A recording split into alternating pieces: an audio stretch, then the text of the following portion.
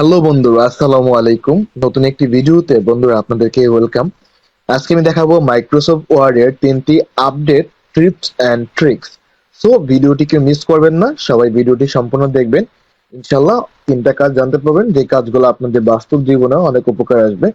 আর যারা আমার চ্যানেল নতুন, অবশ্যই চ্যানেলটি সাবস্ক্রাইব করে দিবেন। আমার চ্যানেলে পাবেন আপনার কম্পিউটার এবং অ্যান্ড্রয়েড রিলেটেড ভিডিও। এ পর্যন্ত প্রায় 200-র উপর ভিডিও আপলোড করা হয়েছে, যে ভিডিওগুলোর কাজগুলো দেখলে ইনশাল্লাহ আপনারা কম্পিউটারে অনেক এক্সপার্ট হয়ে যাবেন। আপনাদের কাছে একটা রিকোয়েস্ট, আপনি সাবস্ক্রাইব করবেন। যদি সাবস্ক্রাইব আপনারা করেন, কমেন্ট করেন, লাইক করেন, তাহলে নতুন ভিডিও বানাতে আমরা উৎসাহিত হব। তো অনেক কথা বলে ফেললাম, এখন চলে যাই মূল কাজে। তো আজকের 1 নম্বর যে টিপস এন্ড ট্রিক্সটা, সেটা যদি আমরা দেখাই আপনাদেরকে, এখানে দেখতে পাচ্ছেন আপনারা যে আমার ডিস্ট্রিক্ট নেম, তারপর হচ্ছে আমার উপজেলা লেখা আছে। এখন আমাকে বলা হলো এখান থেকে যে উপজেলার যে নামগুলো আছে, এই নামগুলাকে শুধুমাত্র কপি করে, সিলেক্ট করে, কপি করে নিচের পেজে বসানোর জন্য। তো আমরা যদি সিলেক্ট করতে যাই, তাহলে দেখেন আমি এই পাশে ধরে যদি মাউসের লেফট বাটন চাপ দিয়ে টান দিই নিচের দিকে, তাহলে আমার কুমিল্লা, ঢাকা, রাজশাহী ডিস্ট্রিক্ট নেম যে আছে, এইগুলা পর্যন্ত সিলেক্ট হয়ে যাচ্ছে। এখন আমি চাচ্ছি শুধুমাত্র এইগুলাকে সিলেক্ট করতে, ঠিক আছে? তো এটা আমরা নর্মালি করতে পারবো না। নর্মালি যদি আমরা সিলেক্ট করতে যাই, তাহলে কি আমাদের ডানে এবং বামে দুই পাশের লেখাগুলোই কি সিলেক্ট হয়ে যাবে। এখন আমি চাচ্ছি শুধুমাত্র যে উপজেলার যে নামগুলো, এগুলাকে সিলেক্ট করতে। এক্ষেত্রে আপনাদের যেটা করতে হবে, কিবোর্ড থেকে প্রেস করবেন alter button. Alter button press করে এইভাবে মাউস ড্র্যাগ করে টান দেন, দেখেন সবগুলো সিলেক্ট হয়ে গেছে। এখন কন্ট্রোল সি দিয়ে কপি করে নেন। মাউসের রাইট বাটন ক্লিক করলে হয়তো কপি অপশনটা আসবে না, এক্ষেত্রে কন্ট্রোল সি দিয়ে কপি করে নেবেন। তারপর ধরেন আমি নিচের পেজে আসলাম, এখান থেকে আমি ইন্টার দিয়ে নিচের পেজে আসলাম, দেন কন্ট্রোল ভি দিয়ে এখানে পেস্ট করে দিলাম। দেখেন উপজেলা মুরাদনগর, নিউ মার্কেট, তানোর, এগুলা কিন্তু চলে আসছে। নর্মালি যদি আমরা সিলেক্ট করতে যাইতাম, তখন কিন্তু আমাদের কি হইতো, তখন আমাদের এই সবগুলা সিলেক্ট হয়ে যাইতো, ঠিক আছে?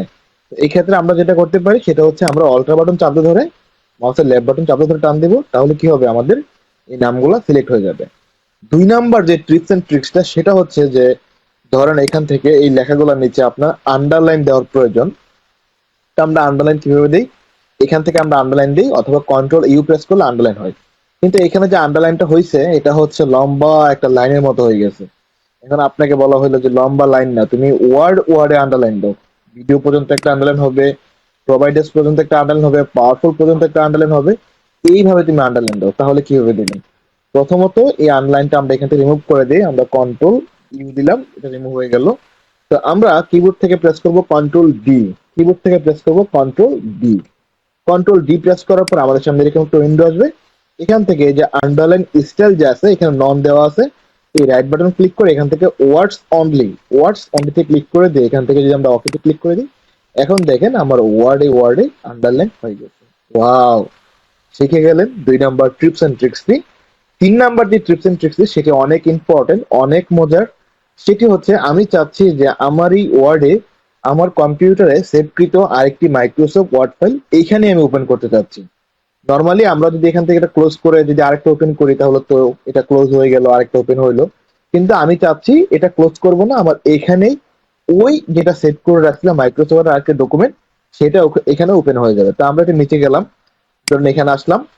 এখানে আসার পরে এখন আমার কম্পিউটারে মাইক্রোসফট ওয়ার্ডের বাংলাতে কিছু লেখা একটা ওয়ার্ড ফাইল আছে, এটাকে আমি এখানে ওপেন করতে চাচ্ছি। তাহলে আমাদেরকে যেটা করতে হবে, ইনসার্টে যেতে হবে, তারপর এখান থেকে অবজেক্ট যে দেখতে পাচ্ছেন, অবজেক্টের অ্যারোতে ক্লিক করবেন।